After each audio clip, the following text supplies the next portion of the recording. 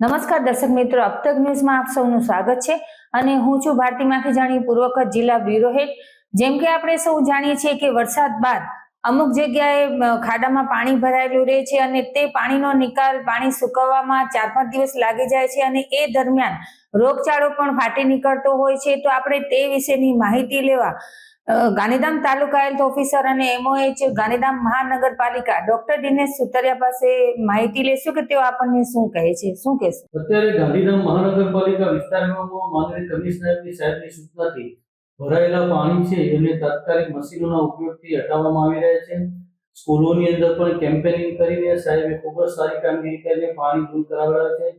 સાથે સાથે સાહેબની સૂચનાથી અને માન્ય જિલ્લા વિકાસ અધિકારી માન્ય CDS સાહેબની સૂચનાથી અત્યારે મહાનગરપાલિકા વિસ્તાર અને ગ્રામ્ય વિસ્તારોની અંદર સુપર ક્લોરિનેશન કરવામાં આવી રહ્યું છે। તો સાહેબ, આ સાથે આપને અંજાર તાલુકાનો પણ હમણાં ચાર્જ સોંપવામાં આવ્યો છે। તો અંજાર તાલુકામાં હમણાં સાંભળ્યું છે કે ડેન્ગ્યુ ને રોગચાળો છે, તો તે વિશે આપ શું કહેશો? જેવી જ રીતે ગાંધીધામ તાલુકાની અંદર અમે પ્રાઇવેટ હોસ્પિટલોના ડેટા લઈએ છીએ, એવી રીતે અંજાર તાલુકાની અંદર પણ પ્રાઇવેટ હોસ્પિટલના ડેટા લેવામાં આવે છે।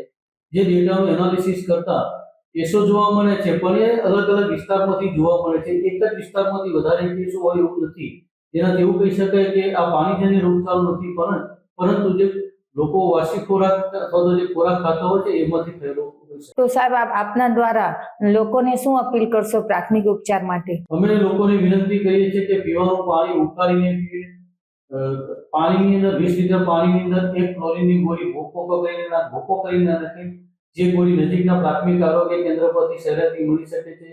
વાસી અને ઠંડો ખોરાક ખાવાનું ટાળે અને વારંવાર સાબુ વડે હાથ ધોવાથી રોગચાળાને અટકાવી શકાય। તો દર્શક મિત્રો, આપણે જોયું કે તાલુકા હેલ્થ ઓફિસર ડોક્ટર દિનેશ સુતરિયાએ આપણને માર્ગદર્શન પણ આપ્યું છે। તો આપણે તે હિસાબે પ્રાથમિક ઉપચાર આપણે કરશું તો આપણે પણ રોગચાળો ફેલાવતા અટકાવી શકીએ છીએ।